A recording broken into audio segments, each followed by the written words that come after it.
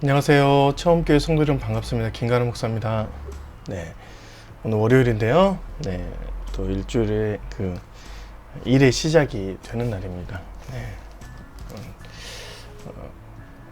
월요병 걸린다 그러잖아요. 그런데 하나님께서 오늘 여러분의 삶에 월요병을 없애줄 만큼 하나님과의 만남이 이 큐티 안에서 이루어지기를 간절히 소망합니다.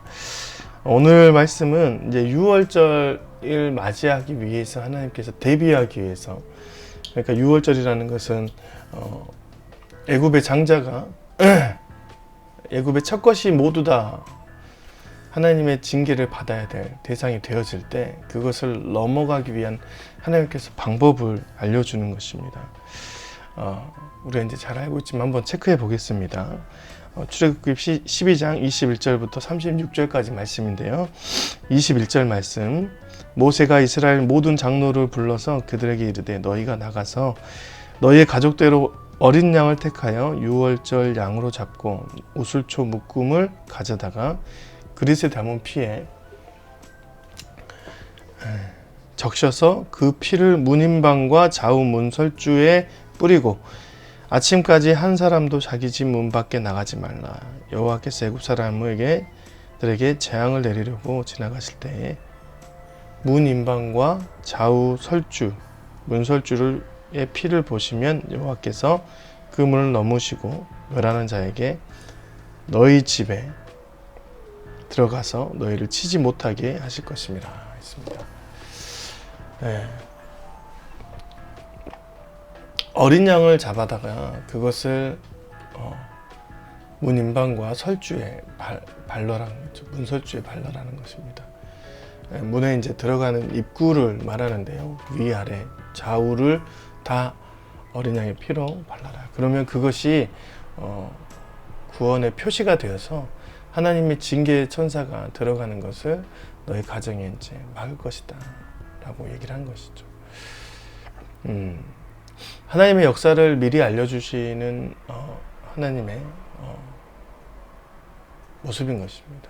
그런데 이제 제가 특이한 것은 이 일을 하나님께서 어떻게 참으시냐면 24절에 너희는 이 일을 규례로 삼아 너희와 너희 자손이 영원히 지킬 것이다.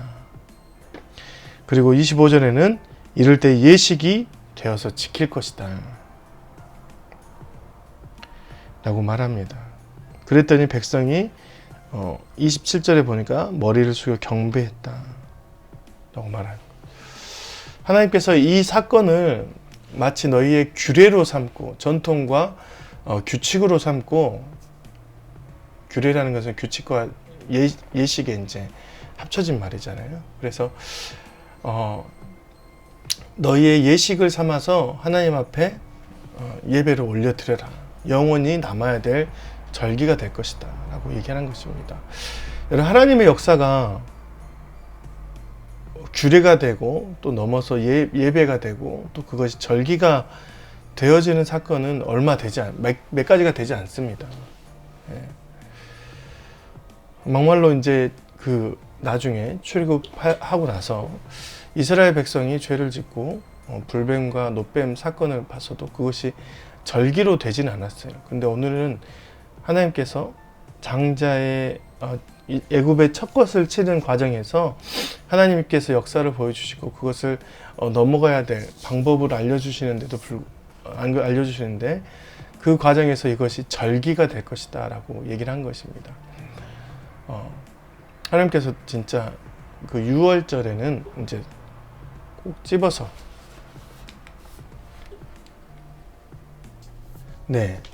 절기가 되는 상황은 하나님이 이 6월절을 지켜야 되는 그런 하나의 약속이나 명령으로 내려주신 것입니다. 하나님께서 영원히 지켜야 될 약속이나 명령은 그 안에서 반드시 깊은 뜻이 있고 영원히 자손 대대로 배워야 될 교훈과 가치관이 있는 것이죠.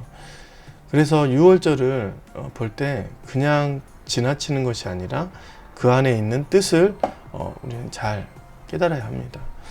유월절은 구원에 대한 하나님의 방법이 일방적으로 이제 우리에게 알려주신 방법이잖아요. 어린 양을 취하고 그것이 문설주에 피를 발라줘야 되는 그런 상황들이기 때문에 그 상황들을 우리는 항상 이렇게 잘 깨닫고 지켜나가야 됩니다. 양을 잡고 희생제물을 있어야 되고 그것이 문인방과 설주에 발라져야 되는 상황이 지금 우리 상황에도 적용이 될 만한 그런 가치관이 있는 것이죠. 여러분, 그러면 어떤 것들이 있을까요? 실제로 어린 양을 잡아서 지금 저희가 살고 있는 문이나 인방이나 설주에 바른다는 것은 실은 엄청 미개한 행동이잖아요. 그런데 우리가 그것을 그대로 하는 것이 아니라 그 안에 있는 뜻을 깨달아 가지고 우리가 영원히 하나님의 규례와 절기로 지켜야 되는 것입니다.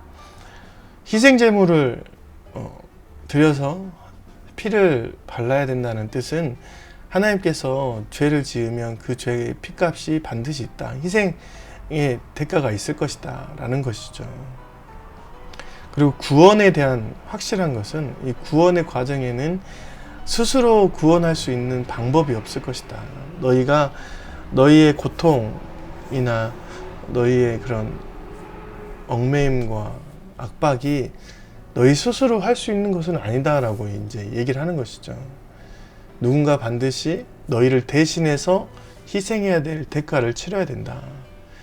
그러나 지금은 6월절의 어린 양이고 그 어린 양이 너희를 대신해서 죽었다 라는 것을 알려주는 것입니다. 두 번째는 문인방과 설주에 발라야 된다. 이것은 가정별로의 구원을 말씀한 겁니다. 예를 들어서 이스라엘 백성들이 아무리 이스라엘 백성이지만 10집 중에 한 집이 안 발랐어요. 그러면 실은 하나님께서 허락하신 명령을 지키지 않았고 하나님의 천사가 그 집에 들어갈 때 그 피가 없기 때문에 그 집안은 구원이 되지 않는 것이죠. 공동체적인 사항이 아니라 각 가정의 개인별 구원이었다는 것입니다. 네. 그렇기 때문에 우리의 가정의 구원은 내 신앙과 우리 가정의 신앙이 달려 있는 것이죠. 네. 우리 옆집, 우리 옆 교회 집사님의 신앙이 아니라 내 신앙인 것이죠. 더 나아가서 처음 교회에 담임 목사가 잘한다고 해서 실은 내가 잘한 건 아니거든요. 하나님 앞에 잘한 거 아닙니다. 우리 여수 지역이 특별히 막 기독교 성지라고 해서 그렇다고 해서 여수 지역 안에 있는 이 처음 교회가 잘한 건 아닙니다. 하나님 앞에 순종하고 그 순종이 열매가 보내지고 실제로 하나님의 말씀을 듣고 문인방과 설주에 바르는 그 행동이 있는 것처럼 우리가 하나님께서 주시는 그 말씀을 가지고 스스로 해 나아갈 때 그것이 바로 우리에게 구원의 효험이 있는 것이죠. 네.